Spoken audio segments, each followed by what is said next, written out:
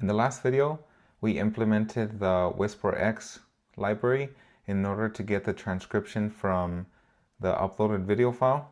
But when we refresh the page, you can see that it sends that request to the backend, and it takes a few minutes in order for us to get a response from the backend with the transcription of this video file. And if we want to make updates to the other components and also the transcription itself, then we have to wait for this transcription to be available. And so in order to circumvent that and have this transcription be available right away, we're going to implement some logic so that we can load the transcription from a static file, and that way it'll be available. So when we refresh the application, I hit refresh, and the transcription is available immediately. And this will be important because in the next video, we're going to work on syncing the transcription here with the video itself, so that as the video is playing, the words are being highlighted as they're being spoken in the video. And then eventually, if I were to make a selection here in the transcription and delete that sentence or segment or phrase, then a corresponding segment will be created here in this audio waveform, and that segment will be trimmed. All right, let's get started. I just started up the application according to this README file. We have the front end set up here. You just run npm install. So I ran that in here. And then in a separate terminal, I navigated into the server, activated the virtual environment, and then started up the application with this command right here. And then that loads up the application. But if I go to the edit page, it's going to send the audio over to the transcriber. But I don't want to have to do that every time I refresh this page. I'd like to be able to just work with a static file as I'm making changes to this application, so that way I don't have to wait for the transcription to load every time, or running that process of transcribing, because it does consume some of my computer's resources. So that's the first thing I'm going to look into. So that'll be in my transcription panel where that logic is running. And inside of my transcription panel, I can see that I have this logic here for this effect hook. Anytime the video file changes or any of these other state values change, then I run this effect hook. But really the logic is all happening within here, because it's receiving the video file as input, and then this part of the code is only running if there's an error. So all of the logic for fetching the transcription from the backend and then updating it into the state of the app is all done in this function, which is in our video editor context. Video editor context, pull it up, and then I just search for the generate transcription function. It's right here. Okay, so now I can prompt cursor with the video editor context. Before I prompt that, I just want to make sure there's nothing in my source control that I will want to keep track of. And so what we want to do is the same thing that we have for the video here, where if you load it, it just loads this video, right? We're kind of already doing that with this transcription because it relies on this video, but in reality, instead of loading or requesting the transcription for this video, every time I'd like to just load the transcription from a file. So I'm going to see where in the generate transcription function it is fetching the response, and I can see it already right here. So I'll prompt cursor with some details about what the application is currently doing and how it currently works. I should start with the edit page because it's when the user loads the edit page that this default video file is being loaded. So just like the edit page loads this default video, if it doesn't find one in the parameters of the URL, I want it to load a default transcription. What I should do is have this function run once. So here it is, generate transcription. And then once it loads that transcription, I want to save it to a file. And that file will be used to load the transcription without having to call a backend every time. So I'll prompt cursor with, when the user loads the edit page of my application, the load default video function is called. This sets the video file state in my video editor context, and the transcription panel uses the state to pass it into the generate transcription function. The generate transcription function passes this file into an API request to the backend. That's done here. Once we receive a response, the response is saved to the transcription state in line 99 of the video editor context. I would like to update the generate transcription function to save the JSON response from the backend so that in the future I don't have to send a request to the backend. I can just load from this file. Please make the changes for this to happen. I'll hit submit and let's see what it says. Okay, I got a response and it says that since this code is running in the browser, we can't directly write to a local file system. So instead it's going to use the browser's local storage to cache the transcription data. And so if I go into the app, I've already loaded it. And then if I go into the application local storage, I can see that it saved it here. So this is the transcription itself. I'll just copy the value and then bring it over here to create a separate file. Then I'll just save that as transcription. I want to make sure to save it in the public repo. In the public directory. Save it there. Here we have the transcription. And this is all I really needed. I don't need the code that it currently has because the code that it wrote based on the prompt that I gave it is to save the transcription into the local storage in the browser based on the video file name. So here the video file name is default video, and that's what it used as the key inside of the local storage. So anytime I load the app, you can see that it's no longer sending the request to the backend. It's now just showing up right here. But the problem is that I don't want it to use the local storage because if I were to restart this application, then it won't find this key right here. Or even if I were to open a new session in incognito mode, that key is not going to exist in my local storage. So since the only reason I prompted cursor was to get the transcription into a file, it didn't do it correctly, and I don't want to keep the current implementation that it has. So now that I have this file inside of the public folder right here under public transcription, then I can just discard the code that it wrote because I don't like the approach it implemented.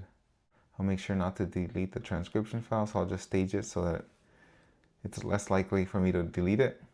Okay, so because I have this file in my public directory, my front-end application should be able to access it. So if I were to prompt cursor and tell it to refer to that file, then it should be able to find it just like it found the video file. So I'll just prompt it with, when a user loads the edit page of my application, the load default video function is called. We can see that here in the edit page, this load default video, and it's just pulling in that file that's in the public directory here. And then I'll just continue with the prompt. This sets the video file state in my video editor context, and the transcription uses this state to pass it into the generate transcription function. So we can see that this load default video is setting the state of the video file right here. And then because the video file is updating, I have this effect hook in my transcription panel that's listening for changes to that video file. And when that change happens, then it runs this generate transcription function. And this is the function that makes the call to the backend. So I need to explain that to cursor and tell it that what I want is for my app to load a default transcription. So I'll say, I want my edit page to do the same for the transcription. Anytime the load default video function is called, it should also call a function called load default transcription. Just like the load default video function fetches the contents of a video file, the load default transcription function will fetch the JSON document of a file saved to transcription.JSON. I actually meant to say it should fetch the JSON content of a file saved to transcription.JSON. And then I'll add the backslash. So now that at this point, we're going to have the transcription data loaded, right? But what are we going to want to do with it? Well, just like in the video editor context, when this generate transcription function is called, we load the JSON from the backend right here. And then as long as we get a successful response, then we assign that JSON to this data variable. And then we use that data variable to set the transcription. So that's what I need to explain to Cursor. The JSON from this file should be used to set the transcription state with the setTranscription-updater function. Since we are loading the transcription from a file, we no longer need the transcription panel to make a request to the backend for that transcription through the generate transcription function. Basically, we don't need this function here to run. As long as this JSON file is present, we don't need to run the generate transcription function. You know what? Instead of prompting Cursor with that, I'm just going to disable it here. I'm just going to disable it, and I'm going to add a to-do. Enable this when we want to fetch the transcription from the backend. Okay, that way I don't confuse Cursor.